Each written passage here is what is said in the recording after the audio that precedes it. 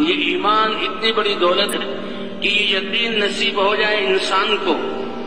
تو یہ دنیا میں بھی اور آخرت میں بھی ہر موقع پر فائدہ دینے والا ہے۔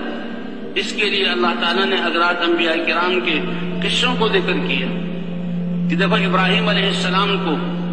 ایک مضبوط بادشاہت اور قوم اور ایک بادشاہ کی طرف بھیجا۔ نمرود جس کا نظام اتنا مضبوط کہ وہ اپنی خدائی کا دعویٰ کرتا تھا، ان کی ہدایت کے لیے اللہ بھی کتنے رحم کرنے والے ہیں، کتنے حلیم ہیں کہ قوموں کو ان کے کفر پر ہلاک نہیں کرتے تھے بلکہ نبیوں کو بھیج کر نبیوں کی کو محنت کا مکلف بنا کر اور ان کی محنت کے ذریعے حجت قائم کر کے پھر اللہ تعالیٰ کا فیصلہ اترتا تھا۔ اب نمرود ظلم کر رہا ہے، اللہ کے بندوں اور بندیوں کو اپنے سامنے جھکا رہا ہے، لیکن اللہ نے ابراہیم علیہ السلام کو نبی اور رسول بنا کر بھیجا اور ان کو اپنی دوستی خلت والا مرتبہ عطا فرمایا، خلیل اللہ، اور ابراہیم علیہ السلام دعوت دے رہے ہیں۔ اور پھر جو واقعہ ہوا کہ یہ دعوت ایسا امر ہے کہ اس دعوت کی وجہ سے، کیونکہ یہ معاشرے کے خلاف ہوتی ہے، اس دعوت کی وجہ سے معاشرہ اور ساری قوم مخالفت میں آ جاتی ہے، اور پھر اللہ کی مدد نبی کے ساتھ، تو ابراہیم علیہ السلام کے لیے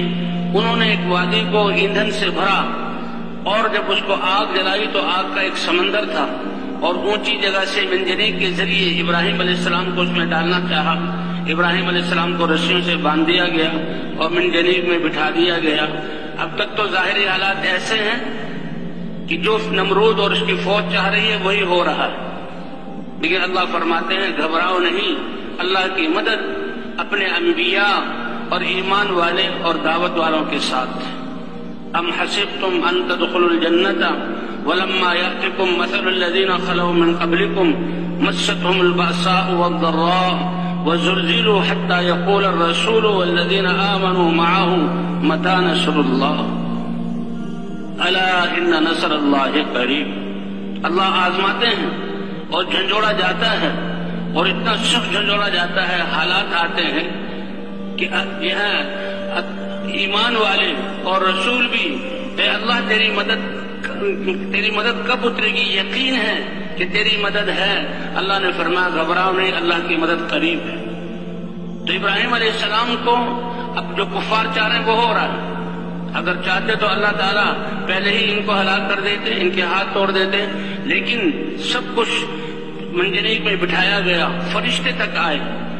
اور ابراہیم علیہ السلام نے کہا اے ابراہیم یہ فرشتے اللہ نے بھیجے ہیں، کہا اگر اللہ نے تمہیں حکم دیا ہے وہ تو اللہ کا امر پورا کرو، اس میں کیا کہہ سکتا ہوں،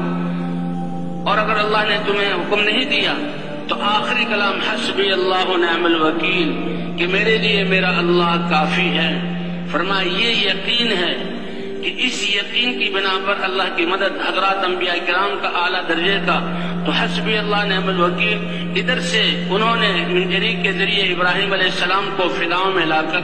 آگ میں اتارا، ادھر اللہ کا حکم آیا کہ براہ راست اللہ نے حکم دیا یا نار کونی بردا و سلاما علی ابراہیم، اے آگ جو اللہ کی مخلوق ہے تم ابراہیم علیہ السلام کے لیے ٹھنڈی اور سلامتی والی ہو جاؤ۔ کہ آگ ایک ہی وقت میں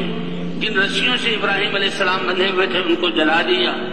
اور کھل گئے، اور وہ ابراہیم علیہ السلام کے لیے ٹھنڈی بردن کا حکم آیا کہ ایسی ٹھنڈی جس سے تکلیف ہو، وہ سلامن کی سلامتی والی ہو جا۔ یوں آتا ہے کہ 40 دن ابراہیم علیہ السلام اس آگ میں رہے اور 40 دن کے بعد اس آگ سے نکلے۔ روایات میں یہ بھی آتا ہے کہ جنت سے تخت آیا، اس پر بیٹھ گئے، اسی آگ میں اللہ نے ایک چشمہ چالو کر دیا، وہیں سے ایک درخت اگ گیا۔ اسے پوچھا گیا کہ آپ کی زندگی کے سب سے زیادہ اطمینان والے دن اور بہترین دن کون سے تھے؟ ابراہیم علیہ السلام نے فرمایا کہ آگ میں اللہ نے جو مجھے اطمینان دیا وہ سب سے زیادہ میری راحت والے دن تھے۔ تو یہ یقین کی بنیاد پر، یقین ایسا تو جس کے دل میں بھی یقین آ جاتا ہے، اس یقین کے مطابق اللہ کی مدد، اس یقین کے مطابق اللہ کی مدد۔ اور پھر اب نمرود اور اس کی اسکیم فیل ہوئی۔ ایک روایت میں آتا ہے کہ محل سے اس کی بیٹی بھی دیکھ رہی تھی اور دیکھا کھلی آنکھوں سے، اور قوم نے بھی دیکھا کہ ابراہیم علیہ السلام زندہ